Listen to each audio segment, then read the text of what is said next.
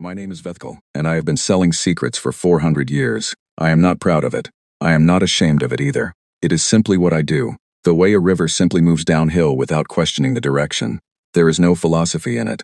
There is no drama. You find information that someone else does not have, and you sell it to the person willing to pay the most for it, and then you go home and you sleep without guilt, because information is not a weapon until someone chooses to make it one. That is what I always told myself. I believed it completely, for 400 years, without exception. I stopped believing it the night the freighter docked at Oryx 7. The station is not impressive. It sits at the outermost edge of council-mapped space, so far from the center of galactic civilization that the light from the nearest council world takes 11 years to reach it. The docking arms are old and corroded at the joints. The corridors are narrow and smell of recycled air and aging metal, and the specific quality of staleness that comes from being too far from anything for too long. The beings who come here are not diplomats. They are not officials. They are not anyone who matters in the larger machinery of galactic politics. They are traders, mostly, smugglers when business is good enough, refugees when things have gone wrong elsewhere. They come to Oryx 7 because it is the last populated outpost before the long dark between arms, and they need fuel, and they need food, and sometimes they need someone like me to carry a message somewhere that official channels refuse to go.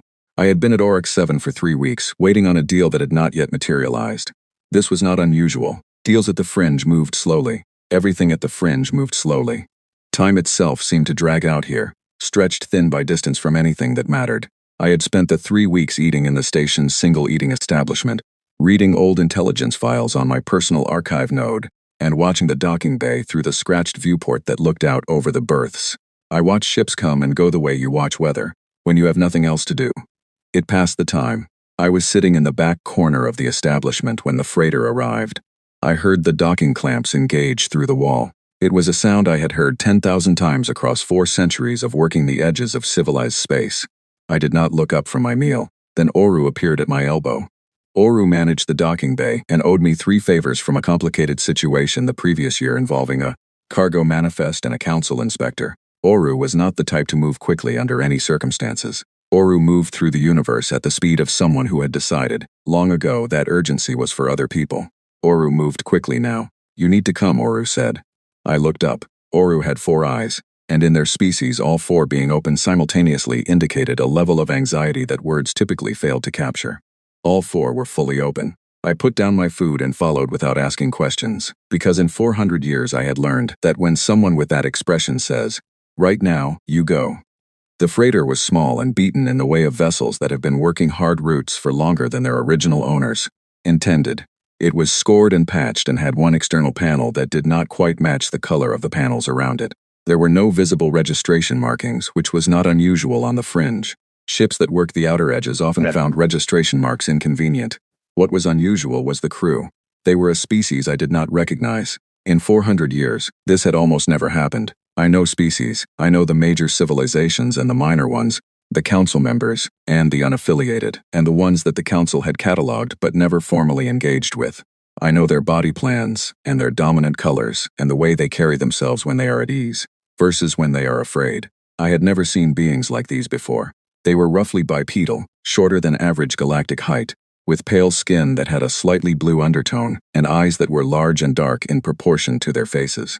They had gathered at the base of the docking ramp with their bodies angled toward each other, the way beings do when they are trying to feel less alone, and several of them were showing the kind of involuntary physical indicators that, across almost every biology I had ever encountered, meant the same basic thing: fear. The one at the front, who had the bearing of a captain, was trembling, not from cold. The station ran warm enough. She was trembling from something internal, from whatever she had seen before this docking, and from the effort of standing in front of it and trying to hold herself steady. I introduced myself in the 12 most common galactic trade languages. On the 5th one, something shifted in the captain's expression.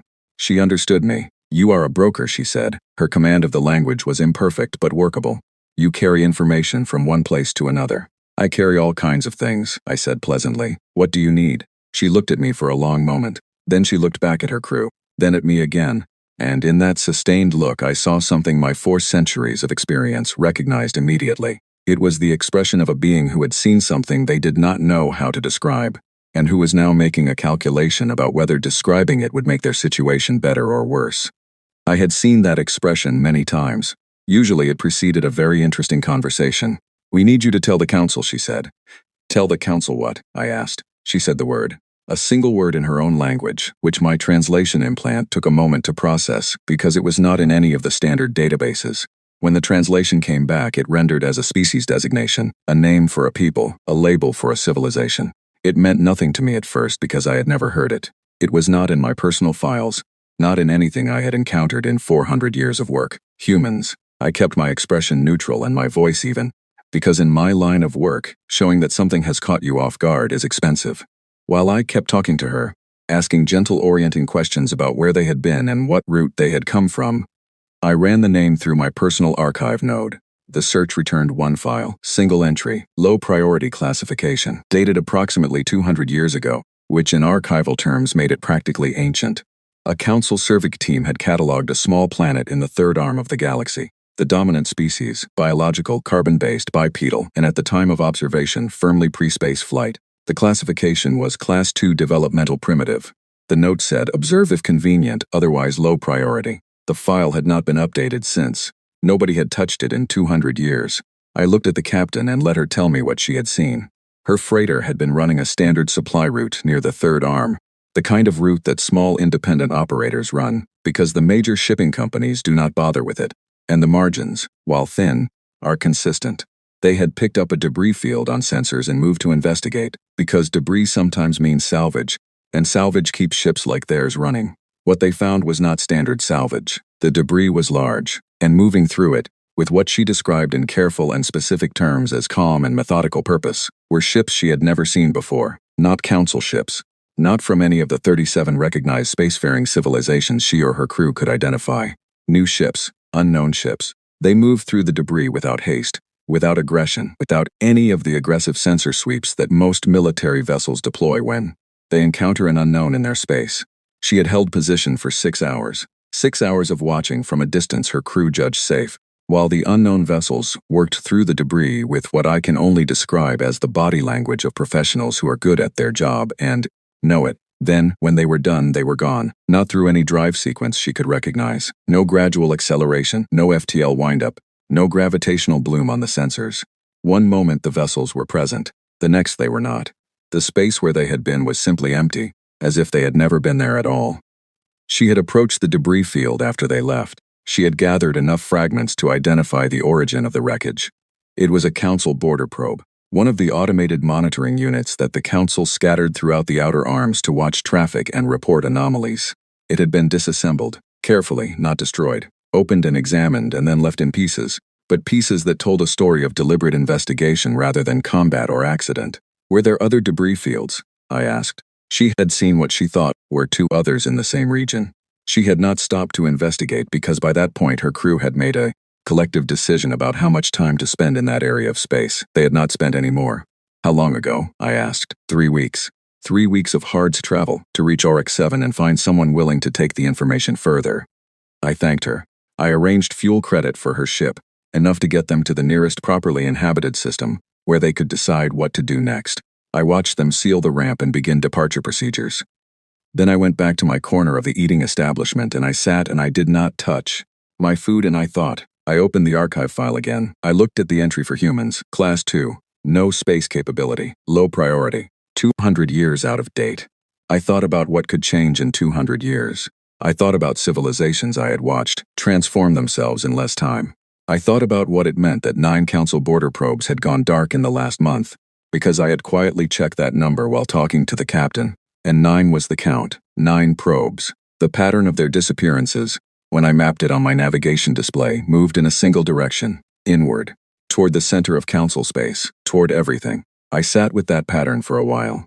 I sat with the image of unknown vessels moving through debris with calm professionalism. I sat with the image of them vanishing without a trace. Then I opened a priority transmission channel to the High Council. It cost me substantially, because priority channels from Oryx 7 are not cheap. I composed the message carefully, methodically, with the precision I had spent 4 centuries developing. I listed the facts in the order of their significance. I made no dramatic leaps. I simply presented what I knew and noted, at the end, that the existing file on the human species was 200 years out of date, and that the current situation suggested someone should update it urgently. I sent the message, then I sat back and looked at the door of the establishment. The door was sealed, as it always was on pressurized stations. There was nothing unusual about it. It was a door I had walked through hundreds of times in the past 3 weeks. There was nothing on the other side of it except a corridor identical to every other corridor on ORX-7. I got up. I crossed the room and I engaged the manual lock. A small thing, a quick motion. Something I had not done in 400 years of working in places considerably more dangerous than this quiet cold station at the edge of the map. I went back to my seat. The archive file was still open on my node. One word in the search field. One species that nobody had thought worth watching for 200 years. And somewhere in the third arm of the galaxy, ships that appeared and disappeared like thoughts, moving through the dark with the unhurried confidence of beings who had already decided where they stood. I did not sleep that night. I did not sleep the next one either. I had been selling secrets for 400 years and I had never once lost sleep over any of them. I lay in my bunk in my rented quarters on ORX-7, and I stared at the ceiling and I thought about patience. About how long you would have to be patient to cross that much space without making a sound. And what kind of species chose patience as its first move, when it had the obvious capability to choose something louder? The answer to that question frightened me more than anything else. More than the vanishing ships. More than the open probes. More than the silence of 9 monitoring stations going dark in a line aimed at the heart of everything we knew. A species that patient was a species that had thought very carefully about what it was doing. A species that had waited, and planned, and only moved when it was ready. Ready for what? I did not know. I did not want to find out from the wrong side of it. My designation is Commander Dreyish, and I have led military vessels across 9-star systems for 200 years. Been in situations that most beings would not survive, and I have survived them. Not through luck but through preparation, discipline, and the accumulated experience of a career spent in the difficult spaces between civilizations. I am telling you what I found in the third arm of the galaxy. And I am telling it plainly, because there is no other honest way to tell it. 3 weeks after the High Council received a priority intelligence transmission from a broker stationed at ORX-7, I was assembled with 3 of my most senior captains and given a classified assignment.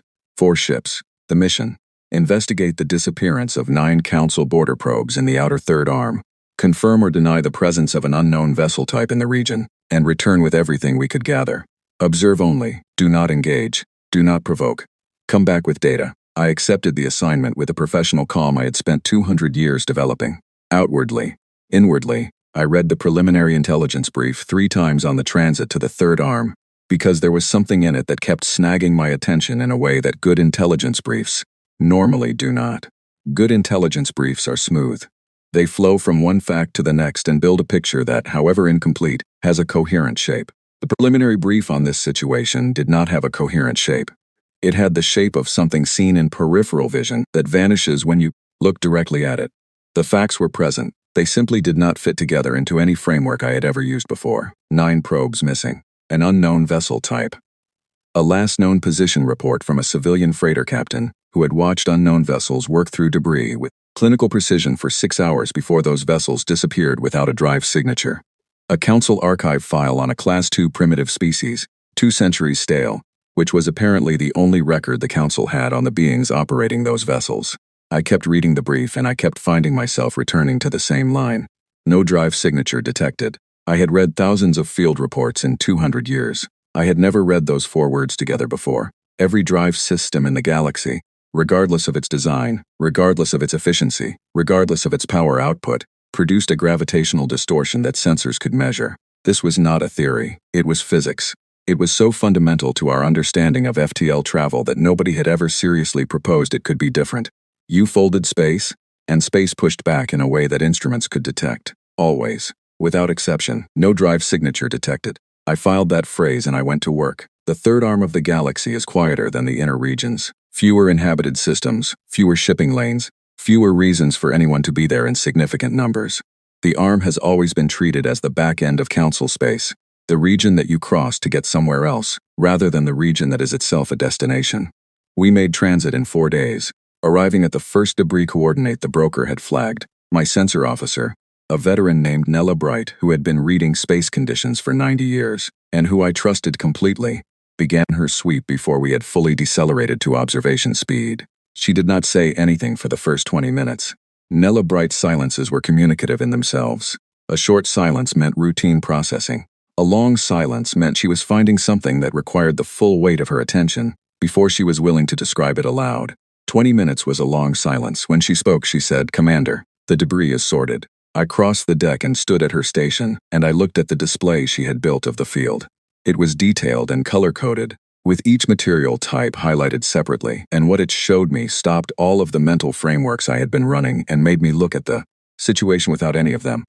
The hull composite from the probe, a specific alloy that Council Manufacturing used in all automated monitoring units, had been gathered into a single cluster near the western edge of the field. All pieces above a significant mass threshold were present in that cluster.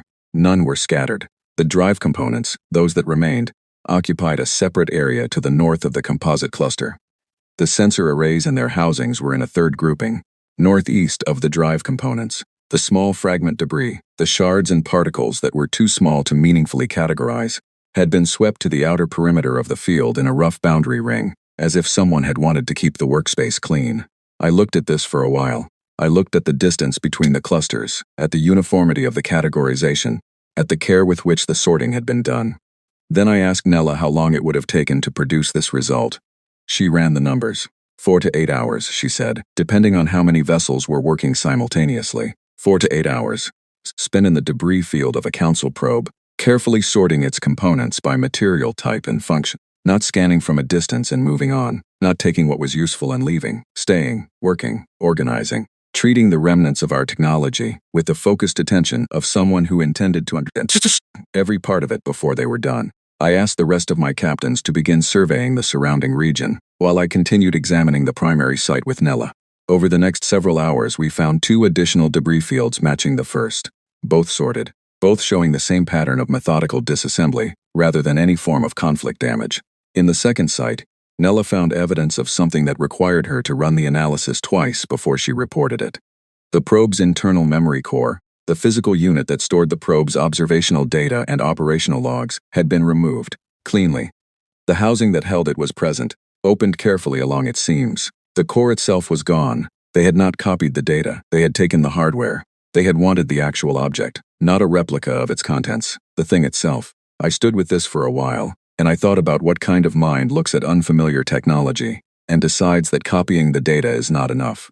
The kind of mind that wants to hold the hardware, to study the physical construction, to understand not just what the object does but how it was made, what materials were used, what the engineering choices reveal about the civilization that made those choices. That kind of mind was thorough, patient, interested in depth rather than surface. In the third debris site, we found the message buoy. It was ours, Council issued, one of the standard relay units we distributed throughout the outer arms to maintain communications infrastructure.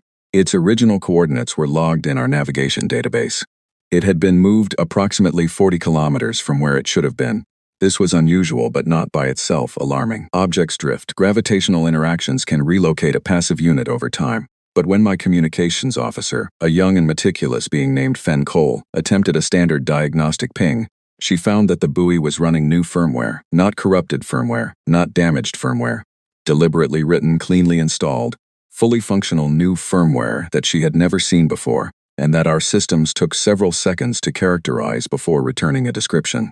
Custom code, purpose-built to serve as a playback unit, holding a single audio file set to transmit on the first Council standard communications frequency that triggered it. She looked at me. I told her to play it. There was a brief gap of transmission noise and then a voice. I will not try to phonetically reproduce it. What I will tell you is that it was a sound I had never heard before in 200 years, and that my translator took longer than it had ever taken to identify a language sample before returning a result. Proto-Terran Standard, spoken by a species designated in Council archives as human, Class 2 primitive, third arm of the galaxy, last surveyed 2 centuries ago. The translator also returned a translation. I read the translation on Fen's display while the audio continued. I read it twice. Then I asked her to play the file again. Because I wanted to hear the voice while reading the words. Because sometimes the gap between what language says and how it sounds matters. The voice was calm. Not the careful calm of a diplomat choosing each word under pressure. Not the forced calm of someone trying not to show that they were afraid. It was the natural calm of someone who was neither afraid nor performing composure. Because composure was simply how they moved through the world. The voice said, in words my translator rendered cleanly into Council Primary, "We found your equipment, and we hope you do not mind, but we needed to understand how some of the components worked. and we have left everything we did not need in the field for your collection. If you would like to have a conversation, you know roughly where to find us. If you would rather not, that is also perfectly fine. No pressure either way. No pressure either way. I had Fen play it 4 times. 4 full plays while I stood at her station and listened with every part of my attention that I had spent 200 years training. I was looking for the edge, the threat beneath the politeness, the demand beneath the offer, the aggression that must be in there somewhere. Because in 200 years of military service, I had learned that when someone powerful tells you, there is no pressure, what they mean is that the pressure is simply too large to articulate. I did not find it. What I found on the 4th listen was something that was in some ways more alarming than a threat. I found a voice that was simply telling the truth. There was no pressure because they did not need to apply pressure. The power differential was already so clear that applying pressure would have been redundant. They were telling us in the politest possible way that they had assessed the situation and found it entirely manageable, and that our response to that assessment was a matter of our own preference. I called all 4 captains together for a full briefing. We talked through the drive signature issue first, because it was the most technically concrete thing we had to discuss, and military minds, mine included, are more comfortable with technical problems than with the kind of philosophical discomfort I was feeling about the voice on the buoy. 3 of my 4 captains went through the standard investigative sequence: sensor malfunction, masking technology, recording artifact. I let them make all the arguments, because they were good arguments and deserved to be made and heard properly. Then Nella walked us through the full sensor logs from all 4 ships, showing the simultaneous absence of any gravitational distortion across 4 independent arrays in the time window when the unknown vessels had been present. No single ship malfunction could explain it. No known masking technology could explain it across multiple independent systems without leaving its own signature. The data was clean. The absence was real. Whatever these vessels used to travel, it was not a modification of anything we knew. It was something fundamentally different, something that did not interact with space in the ways we understood space to be interacted with. We talked about the debris sorting. We talked about the removed memory core.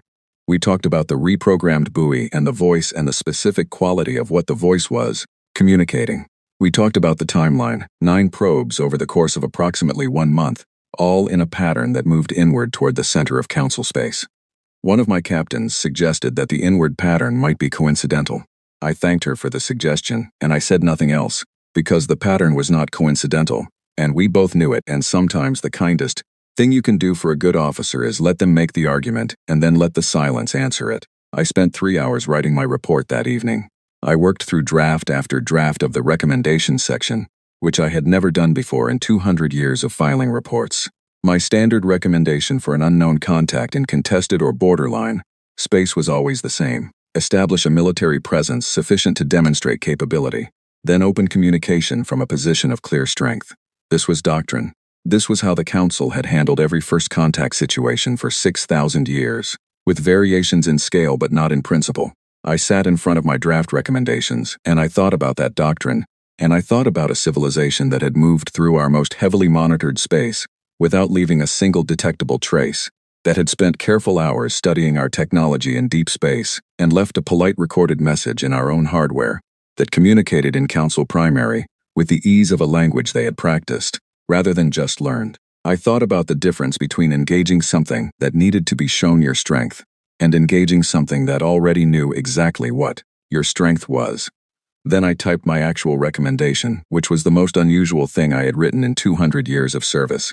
Send diplomats, fast ones, not warships. The warships were not the right instrument for this particular conversation, and sending the wrong instrument to a conversation this significant was a mistake that would be very difficult to undo. I filed the report and I read it once more after filing, which I never do, because I wanted to see it clearly one final time. I wanted to see if it held up.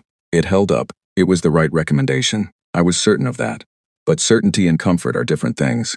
And sitting in my command chair with the stars of the third arm quiet outside my viewport, I was not entirely comfortable. I was not afraid. Exactly. Fear is a thing you feel when you think something might harm you. This was more specific than that. It was the feeling of standing at the edge of a very large thing and understanding, for the first time, the full dimensions of it. Whoever these beings were, whatever humans had become in the 200 years since a council survey team had glanced at them and written Class 2. Primitive and moved on, they had come a very long way from that classification, in every sense: the distance in capability, the distance in patience, the distance in what they chose to communicate and how they chose to communicate it. No pressure either way. I thought about that phrase for a long time after I filed the report. About what it took to mean that honestly. About the kind of civilization that earned the right to say something like that and have it be true. I hoped very much that we would handle what came next with at least some fraction of the grace they had already shown us. I am Grand Arbiter Sewell, and I have presided over the Galactic High Council for 300 years.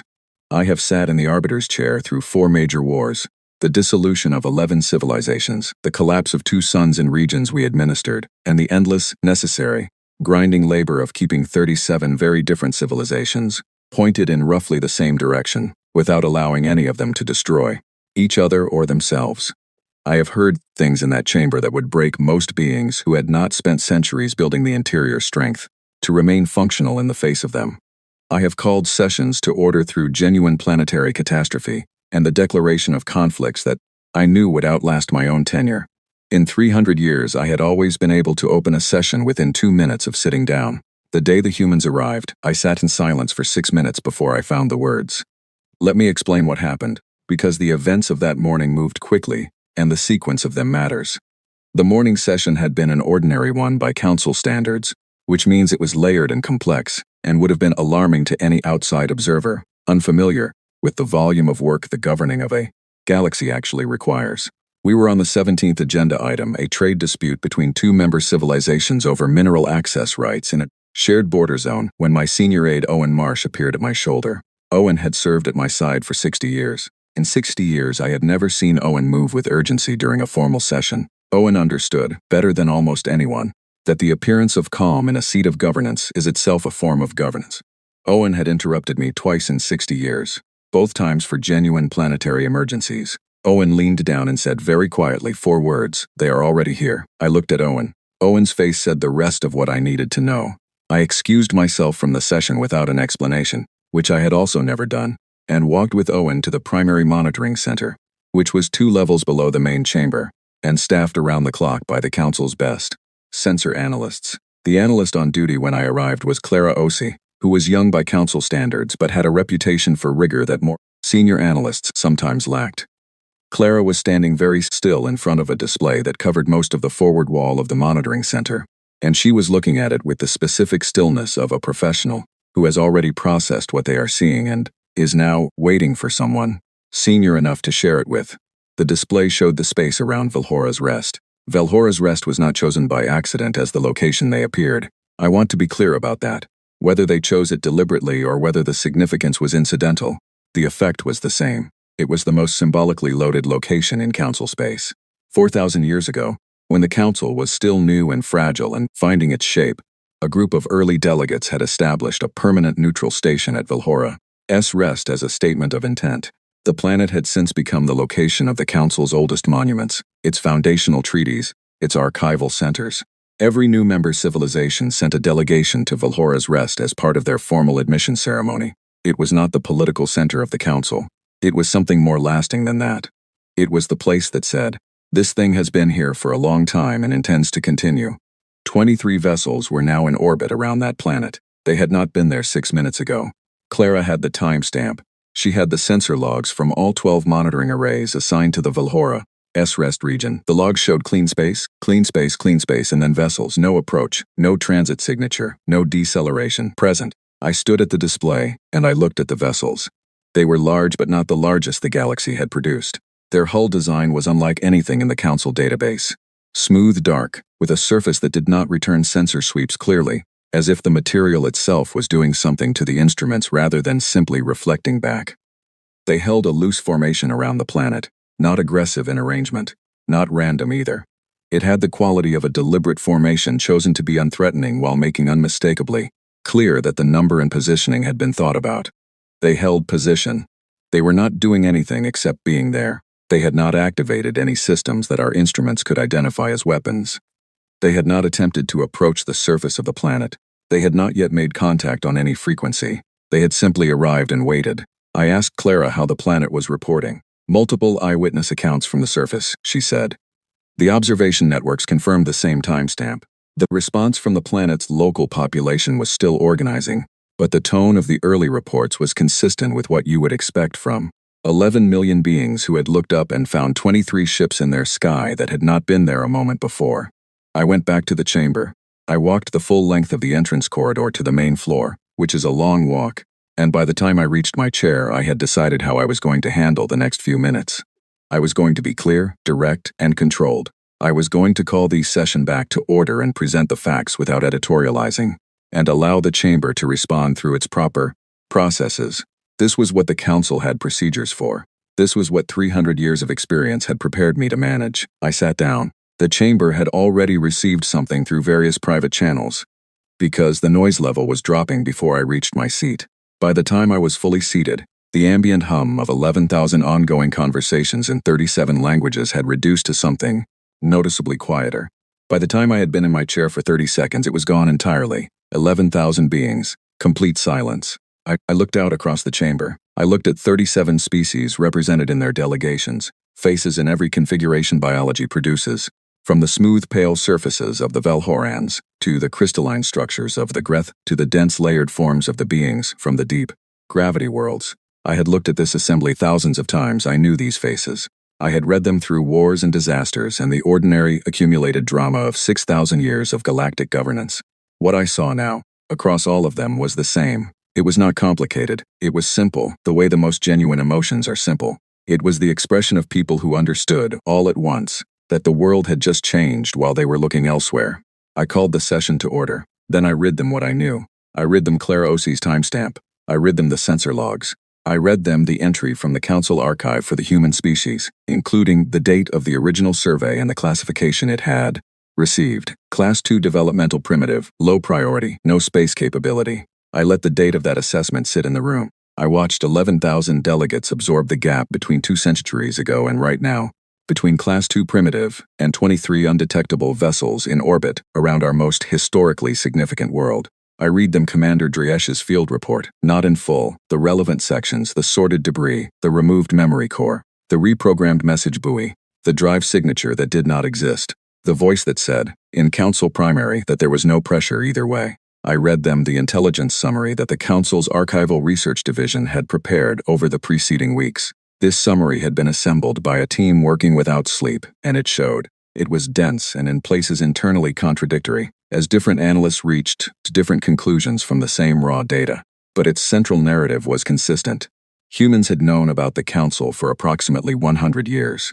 They had been monitoring our signals, decoding our communications, learning our languages, and making a deliberate and sustained choice not to make contact until they decided contact was appropriate. During that same period, they had developed longevity treatments that effectively ended natural aging-based mortality for their species. They had expanded to 31 independent star systems.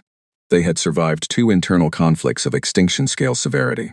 Both conflicts had ended in unification rather than fragmentation. In every case in Council records, comparable internal conflicts had produced one of 2 outcomes: collapse or permanent division. No species had come through that level of internal disruption and emerged with a single unified voice on the other side. Not once. Not in 6,000 years of recorded galactic history. The human fleet that was now waiting patiently in orbit around Valhora's Rest was not the fleet of one faction among several. It was the fleet of a civilization that had somehow forged itself into a single thing. 31 worlds. Every government and colony and inhabited outpost, speaking with one voice.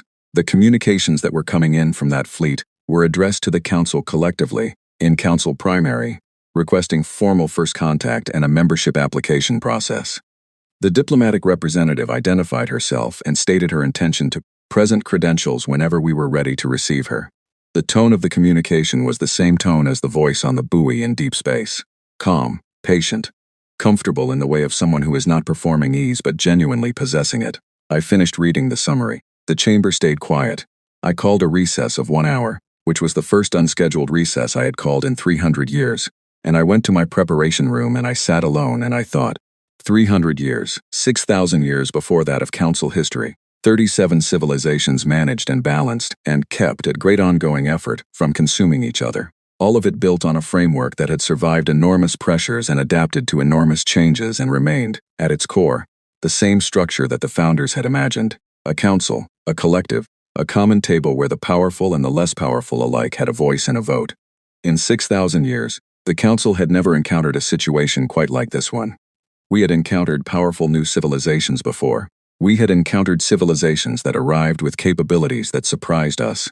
We had gone through first contacts that were tense and difficult, and required years of careful management before trust was established. These were not new experiences.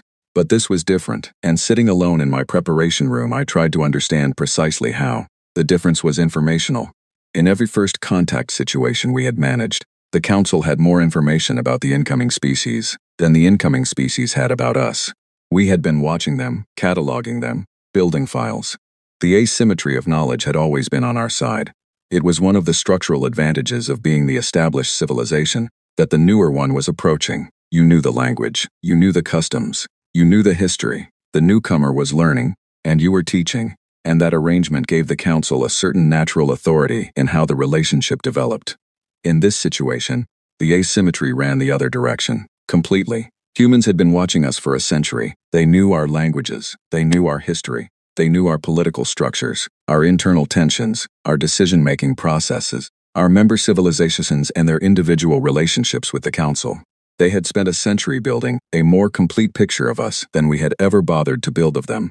They had sat in the dark and studied us for 100 years, and decided, on their own schedule and their own terms, that the time was right, and then they had arrived not at the fringe, not quietly into the outer arm where we might have found them gradually, and managed the introduction, slowly, but at the exact center of our most symbolic space, in numbers that made a statement without needing to fire anything. This was not aggression. I did not read it as aggression, and I do not read it that way now. It was information. They were communicating, through the simple fact of how they arrived, precisely how much they understood about us, and precisely how capable they were, not to threaten, to establish an honest foundation for whatever came next. They were saying, we know who you are, we know what we are, let us proceed without pretending either of those things is other than it is.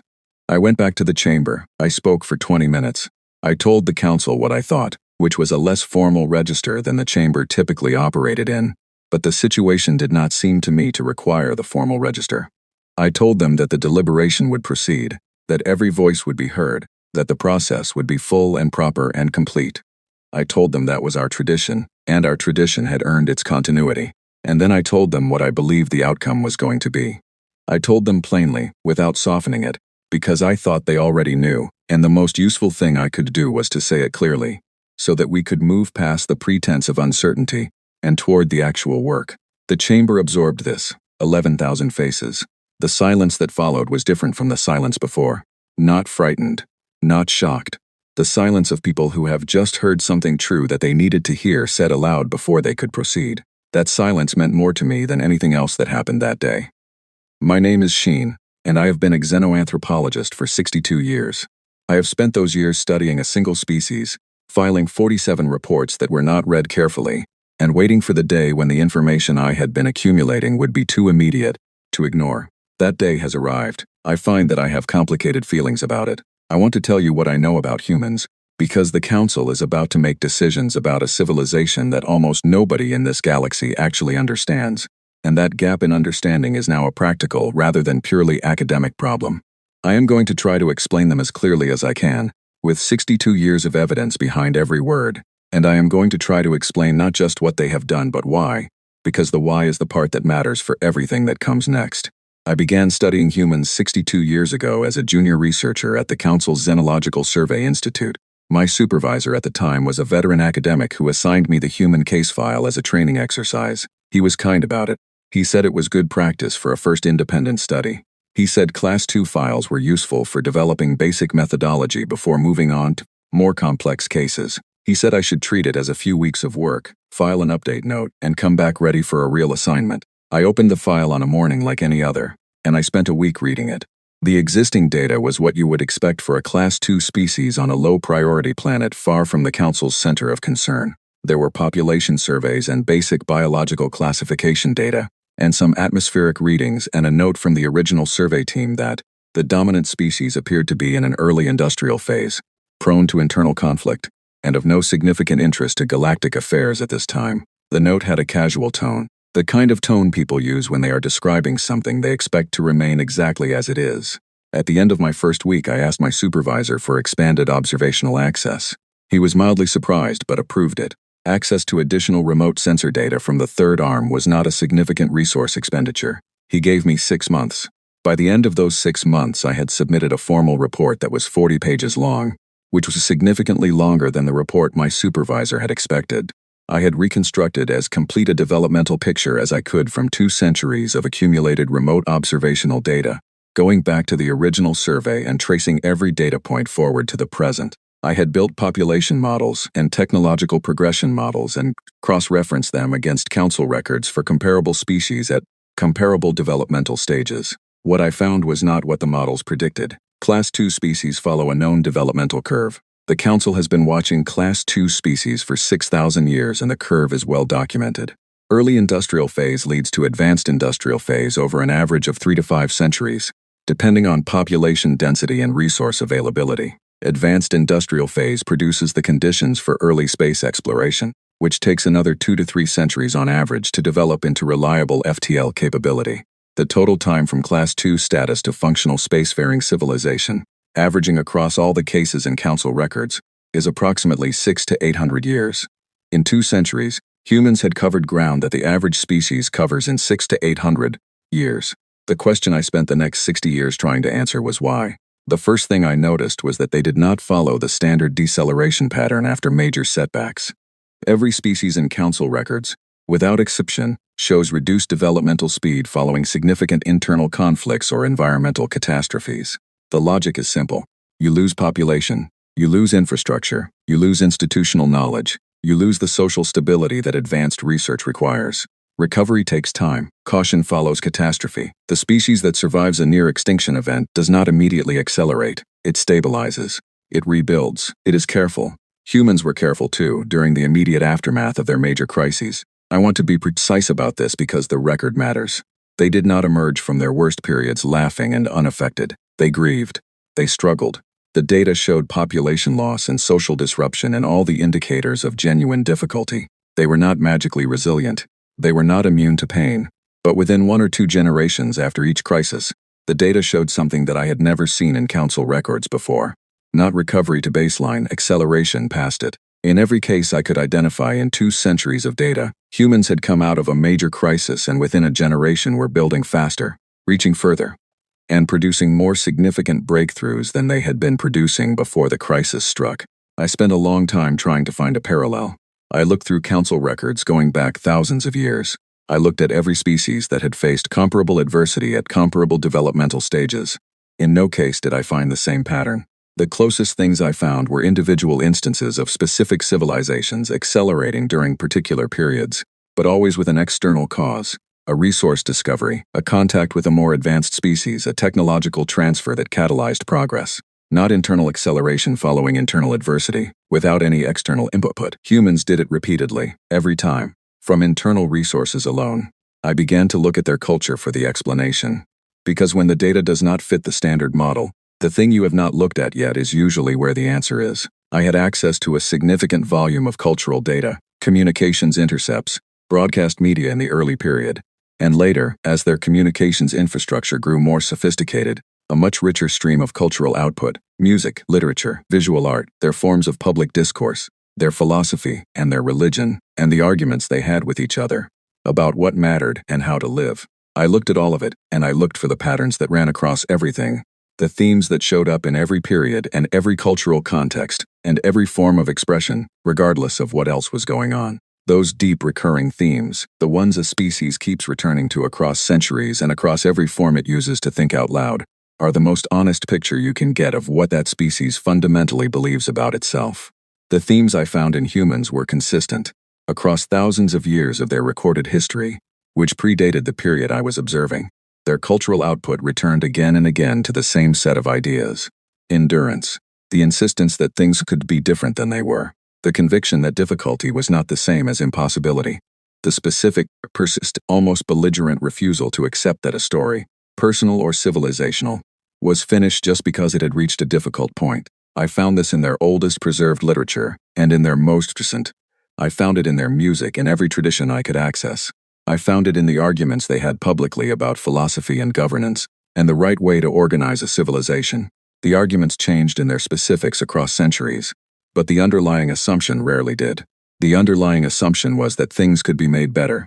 Not perfectly better, not easily better, but better, through effort and time and willingness to keep trying when the easy thing would have been to stop. I eventually found the concept I was looking for in a period of their history I was studying when this cultural thread was particularly strong. The word in their language did not translate directly into any council language, which told me something in itself. A concept that a species cannot borrow from elsewhere is usually a concept that the species developed to meet a specific need no one else had felt the same way. The closest translation I could build was spite, but as I said before, spite in council languages means something small and petty, and this was not small or petty. In human culture, the word described something closer to a philosophical commitment, the decision to thrive visibly and deliberately in direct response to everything that tried to stop you. Not to survive out of pure instinct, not to recover out of necessity, to actively, intentionally build something larger and more capable than what existed before, specifically because the forces that tried to end you thought that you could not. It was framed, in their cultural tradition, not as anger and not as revenge, but as the most complete possible answer to the question of whether you could be stopped. They had made this concept central to their civilizational identity. It showed up in how they celebrated their history, in which the moments they treated as most worth remembering were not their moments of uncontested success, but their moments of near failure that became transformations. Their great figures in cultural memory were not the ones who had easy paths. They were the ones who had almost not made it and made it anyway. This is why their crises accelerated them, not despite the difficulty but because of it. The difficulty in their framework was the thing that made what came after meaningful. You did not simply advance. You advanced in answer to something. And when the thing you were answering was your own potential ending, the answer you built had to be definitive. I need to talk about the patience, because I think the Council's security apparatus is going to focus on the technology, and the patience is more important. At some point approximately 100 years ago, humans detected the Council's existence. I know this from the signal analysis in my later reports, which trace the shift in their observational programs beginning from that period. Before that point, their astronomy was turned outward in general directions. After that point, specific Council origin signals began appearing in their reception data, and the direction of their most intensive observational work shifted accordingly. They found us by accident, the way most species find us, through signal leakage from our own communications infrastructure. And then, rather than immediately broadcasting their presence or attempting contact, they went quiet. They spent 40 years, by my best estimate, decoding what they had found. This is not a brief project. Council Primary is considered one of the most complex of the major galactic languages, with grammatical structures that require sustained exposure to develop intuition for. Most non-native species require between 15 and 40 years to achieve functional fluency. Human linguists apparently worked on this collectively and intensively, and cracked it in approximately 40 years, which is at the faster end of what the Council's own records showed was possible for species attempting it from scratch.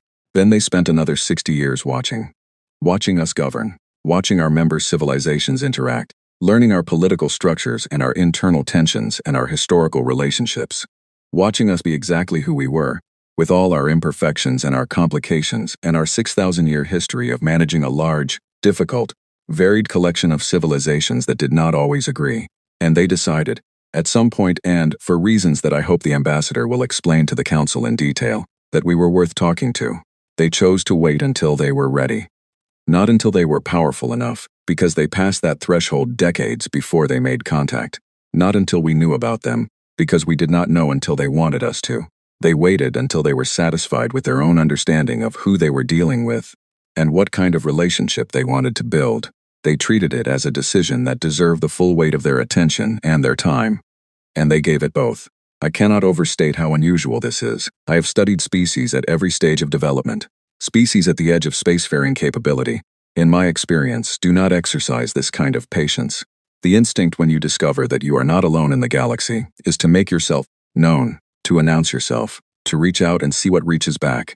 The combination of having the capability to make contact and choosing to wait until the conditions felt right is not something I had seen before in 60 years of xenological study. The 47 reports I filed over 60 years said variations of the same thing, with increasing levels of evidence and urgency. This species is not what the file says it is. The developmental trajectory is unlike anything in Council records. They are advancing faster than any model predicts. And the specific combination of capabilities and cultural orientation that I am observing means that when they arrive, and they will arrive, the council needs to be ready to engage with them as genuine peers, rather than as a new admission, needing guidance. Nobody read those reports carefully enough. I say this not as a complaint about the individuals involved, though I spent some years making it a personal one. I say it now as a structural observation. The council's xenological classification system was not built to handle what humans represented. The Class 2 designation created a filtering mechanism that routed information about them to low priority queues, where it did not receive attention, commensurate with its actual significance. The system worked as designed. The design did not account for the possibility that a Class 2 species could be developing in ways the classification was not built to detect. What I hope the Council takes away from this, beyond the immediate situation, is that its own monitoring frameworks may have other blind spots. If one species slipped through the full length of a developmental arc without the system registering what was happening, there may be others that are not yet as far along, but that the same filters are misreading in the same way. But that is a future conversation. The immediate conversation is about humans specifically, and what the Council should understand about them going into whatever comes next. Here is what I know, reduced to its essentials after 62 years of observation. They do not have a simple relationship with limitation. Every other spacefaring species in Council records accepts at some level the existence of things that cannot be changed, boundaries that cannot be crossed, problems that must be managed rather than solved. This acceptance is not weakness. It is wisdom in most contexts. There are things that cannot be changed, and civilizations that understand this govern themselves better than civilizations that do not. Humans understand this intellectually, but they approach every apparent limit as a question rather than a conclusion. They have been wrong about limits before, and they know they have been wrong, and that knowledge makes them unwilling to treat any new limit as definitively final until they have tested it thoroughly. This is how they built the drive technology that leaves no signature. Every physicist in the galaxy agreed that it could not be done. Humans looked at that consensus and treated it as a challenge that had not yet been answered correctly, rather than a ceiling they should accept. This will make them an extraordinary partner for the Council's scientific and technical programs. It will also require the Council to develop new frameworks for how it manages civilizations that do not treat agreed-upon limitations the same way everyone else does. I have one more thing to say, and it is the thing that I think about most when I think about these 62 years and what they have amounted to. After everything I have observed, after all the data I have accumulated and analyzed and reported and re-reported, what I find most moving about humans is the simplest thing. They show up. Whatever they decide matters to them, they show up for it. Completely, with everything they have. I have never, in 62 years of watching them, seen them collectively decide something was worth doing and then not do it, not once. Not when it was difficult, not when the cost was high, not when the outcome was uncertain.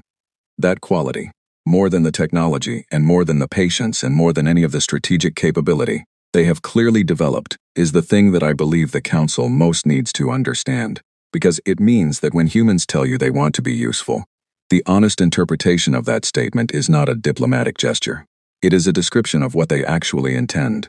When they say they want to fix things, they mean it. They are going to try. I am Grand Arbiter Sewell, and this is the last record I will make about these events, which is not to say the events are over. They are not over. They are just beginning. But this particular chapter, the one that started with a broker's locked door on a fringe station and ends in the oldest diplomatic room in the galaxy, is closing, and I want to record it while the details are still clear in me. The first contact chamber had not been used in 4,000 years. When the facilities team went to prepare it, they found that 2 atmospheric systems needed calibration, and 1 lighting panel had been inactive long enough that it needed time to reach proper operating warmth. They worked through the night before the meeting to make it ready, and by the time the session was scheduled to begin, the room looked precisely as it did in the archival images from the last time it had been used. The long pale table, the high ceilings, the narrow windows that looked out on the stars in the direction of the original founding worlds of the Council. The last species to be formally received in this room had brought a delegation of 40 individuals, dressed in formal ceremonial garments specific to their culture, accompanied by an honor guard of 12, and opened their presentation with a musical offering that had lasted 40 minutes and moved several delegates in the observation seats to visible emotion. It had been by all accounts a beautiful and memorable ceremony. Yara Cole walked in alone. She was small, by human standards apparently average, with gray hair kept short and dark eyes that moved around the room when she entered with the unhurried attention of someone making a genuine study of their surroundings rather than performing appreciation for an audience.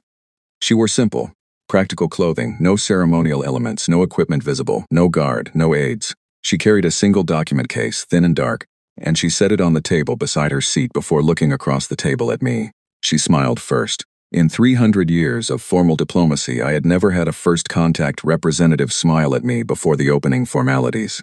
It was not a violation of anything. The formalities had not yet begun, but it was unusual, and I found myself unable to quite categorize it in the space between when it happened and when she spoke. It was not a diplomatic smile. It was not a gesture of performed warmth designed to establish a favorable impression. It was the smile of someone who had been looking forward to this for a long time and was genuinely pleased to have arrived. Owen, 2 steps behind me, made a small involuntary sound that I chose not to acknowledge. I welcomed her to the first contact chamber and said her name. Because using the full title was the proper form, she said, "Thank you, Arbiter Sewell. I should tell you that I have been practicing that title for about 20 years. It is genuinely good to finally use it in context." She said this with the same casual matter-of-factness as the voice on the buoy, not bragging, not performing modesty either. Simply stating a fact about how long she had been preparing for this specific moment, because it was relevant information, and relevant information was the kind she preferred to put on the table early. I asked her to be seated. We sat across from each other at the old table, and I gave myself a moment to look at her properly before beginning. She looked back without any sign of discomfort at being looked at. She had the patience of someone who had been waiting a long time for this conversation and was not about to let the last few minutes of waiting bother her. I told her that the council had questions. She said that she expected it did, and that she had answers for most of them, and for any she did not have answers to, she would say directly that she did not know rather than guessing, because guessing wasted both our time. She said this in a tone that was not apologetic about the preference and not aggressive either. It was simply how she operated, and she was telling me so at the outset, because it would save us considerable back and forth later. I found myself believing her immediately. This was not something I had planned to feel.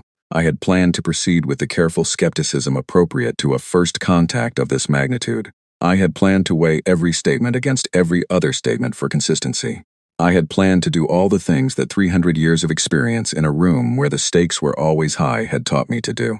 She said one sentence and I believed her. Not naively, not by suspending judgment, but in the way you believe something when the specific quality of how it is said has the texture of truth rather than performance. She was a human who had spent 100 years of civilizational preparation and 20 years of personal preparation to sit in this room, and she had arrived without armor and without ceremony, and with the settled self-possession of someone who had decided, a long time ago, that honesty was the most efficient approach. We went through the council's formal question list. The FTL technology, she answered in clear terms, explained the broad principle, confirmed that technical teams were prepared to brief our physicists in detail, and noted, without any particular emphasis, that the initial theoretical breakthrough had been influenced partly by the study of council probe components. She said this directly, not dancing around it, in the same way she had offered not to guess when she did not know things. She included it because it was true and true things belonged in the conversation. The drive operated on a different interaction principle than council fold drive, she explained.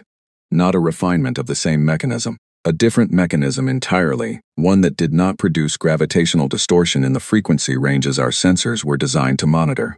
It was not a masking technology. It was genuinely invisible to our instruments because our instruments were built around a correct understanding of one way to fold space, and the human drive used a different way that the instruments simply were not looking for. She said they would share the underlying physics with the council fully, without conditions. She was specific about the without conditions part. Not as a negotiating chip, not as a gesture to build goodwill before asking for something, because shared knowledge was better for everyone, and humans had found, in their own internal history, that hoarding technical capability created instability rather than security. I asked about the memory cores from the border probes. She acknowledged it directly. She said it was the wrong choice, made at a time when they were not yet ready for contact and needed to understand the technology they had encountered. She said they had returned what they could. She did not offer elaborate justifications for why the circumstances had made it understandable. Wrong choice. They acknowledged it. They were sorry for the inconvenience it had caused the council's border monitoring infrastructure, and the specific components they had studied had contributed to the technical exchange the council was now about to receive. She said all of this in approximately the same number of words I just used to describe it.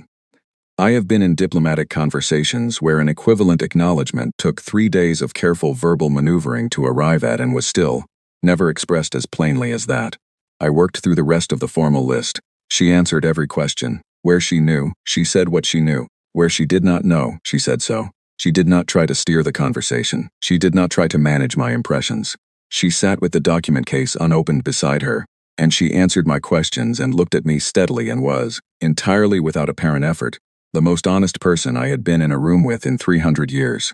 When the formal list was done, there was a natural pause, and in that pause I asked her the question that was not on the list.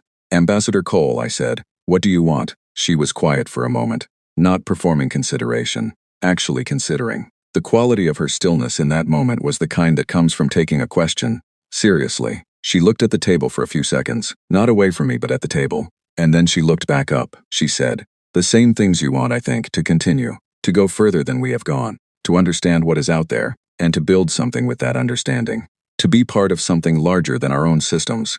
She paused, and something shifted slightly in her expression, an openness that had been present the whole time but became more direct. Also, we have been watching the council for about 100 years. We noticed some things that seem like they could work better, not as criticism of what you have built, because what you have built across 6,000 years is genuinely remarkable, and we have deep respect for it. More as an offer, from people who have been watching from outside and might be able to see some things more clearly because of that position, if that is something the council would be open to. I looked at her. We noticed some things that could work better, an offer. I thought about 6,000 years. I thought about the total accumulated weight of that history, the wars prevented, and the catastrophes managed, and the civilizations kept from extinction by the collective work of the structure we had built. I thought about how much of that history had been defined by what the council was trying to hold back, hold together, hold in some kind of manageable shape. I thought about how rarely in that history anyone had walked into this room with something other than a need or a claim or a demand. Not one species in 6,000 years had come in and said, we have been watching, and we think we might be able to help. Not one. I told her that the council would be open to that conversation. I told her the formal membership vote would follow proper procedure, that it would take the time it took, that no outcome was guaranteed by our conversation here. I said this because it was true, and because the council's integrity required it to be said. She nodded and said that was exactly right, and that they had not come to bypass the process but to participate in it, and that they were comfortable with the timeline. She said this last part with a slight shift in tone that I might have missed if I had not been paying close attention, a warmth that was not quite a joke but had the quality of one, the tone of someone who understood the full weight of the word comfortable in that sentence, and was choosing it deliberately. They were comfortable with the timeline. A species that had waited 100 years to make contact, that had crossed 40,000 light-years of monitored space without leaving a trace, that had arrived at our most symbolic location and simply waited for us to be ready. Yes, I imagined they were comfortable with timelines. The vote was held 3 days later. Owen brought me the result in my preparation room before the formal announcement. He stood in the doorway with the kind of stillness he used when the news was significant, and he was giving me a moment before he had to say it aloud. Unanimous, he said. All of them, he said. Every delegation, no abstentions, unanimous. In 6,000 years, in every vote the council had ever held on any matter, there had always been dissent. Sometimes minimal, sometimes significant, sometimes simply the principled objection of the few who believed that dissent was itself a value that the council's structure should preserve. There had been unanimous sentiment before, on matters of overwhelming collective interest, but the actual recorded vote had always contained at least a handful of holdouts, beings who were cautious or who had specific objections, or who simply voted no because they believed the council was stronger for having contrary voices. Not this time. I sat with that for a while. 11,000 delegates from 37 civilizations, every one of them looking at the same information, every one of them arriving at the same place. I thought about what that meant, not about the humans specifically, about us, about what it said that the full assembly of the Galactic Council, a body that had spent 6,000 years practicing the art of disagreement as governance, had looked at this particular situation and found itself without a single dissenting voice. I thought it meant that what we had all felt in the chamber 3 days earlier, the silence, the shift, the feeling of the world rearranging itself, had not been individual reaction. It had been recognition. The full assembly of the council, all of it, had recognized the same thing at the same time, and what they recognized was not threat and not loss. It was something that took me a while longer to name. Sitting alone in the empty chamber after the announcement was made, and the delegations had departed, the first contact chamber was quiet again. The lights had begun their automatic dimming cycle. The old table reflected the fading light in the long, slow way of things that have been polished by 4,000 years of careful maintenance. I sat at the head of it in a room that had last been used when the galaxy looked very different, and I thought about what had changed. A broker on a fringe station had locked a door for the first time in 4 centuries because something about a word in a search field had made him feel cold in a way he could not entirely explain. A field commander had recommended diplomats instead of warships because 20 years of military doctrine dissolved in the face of sordid debris and a calm voice on a reprogrammed buoy. A xenoanthropologist had spent 60 years filing reports that nobody wanted to read, watching a species become something the galaxy had no framework for. And then, at the end of all of it, a small woman with gray hair had walked into the oldest diplomatic room in the galaxy alone, smiled before the formalities, and offered to help fix things. We had been afraid. I will not revise that out of the record because it is true and the truth matters. The silence of 11,000 beings is not a neutral sound. It was the sound of a world that had just acquired a variable it had not accounted for, and fear was the honest first response to that. I do not hold it against any of us, but fear was not where we ended, and sitting in the empty chamber, with the lights dimming around the old table, and the stars visible through the narrow windows in the direction of the founding worlds, I thought about where we had ended instead. We had ended with a unanimous vote. We had ended with a species that had been watching us for a century, learning us, choosing us, offering to be part of what we were building, and to bring what they had built along with them. We had ended with a woman who had been practicing a title for 20 years, and meant it when she said she was looking forward to using it. I thought about what she had said. We noticed some things that could work better, not as criticism, as an offer, from people who had been watching from outside. That was the thing I realized, that none of the 37-member civilizations had ever quite been able to do. They were all inside the system. They had all grown up within the council, or arrived while it was already the shape of the galaxy. They had all been participants for so long that the parts of the structure that did not work quite right had become invisible through familiarity, the way you stop hearing a sound that has always been in the background. Humans had spent 100 years watching from outside. They had seen the structure whole, from a perspective that no member civilization had, and they had decided it was worth joining. And they had come, not with demands but with an offer. Not with force, but with patience. Not with the need to prove themselves, but with the settled certainty of beings who already knew who they were. I thought about all the futures that opened from this point, the technical exchanges, the scientific programs, the conversations that would happen over the coming decades and centuries as 2 very different kinds of civilization figured out how to build something together. The arguments, because there would be arguments. A species that had come this far by questioning every limit was not going to settle quietly into existing frameworks without testing them. The discoveries that would come from the collision of different ways of understanding the universe, the things that could be fixed. I got up from the table. I turned off the chamber lights manually, a small deliberate choice, the first time I had done it in 300 years of sessions. I walked to the door. I paused for a moment in the doorway and looked back at the room one more time, at the long pale table and the windows and the fading light. The galaxy had a new member. The galaxy had something else too, something it had not known it was missing and had not thought to ask for. I closed the door. Whatever came next was going to be the most interesting chapter yet. For the first time in 300 years, I was not just prepared for it, I was genuinely looking forward to it.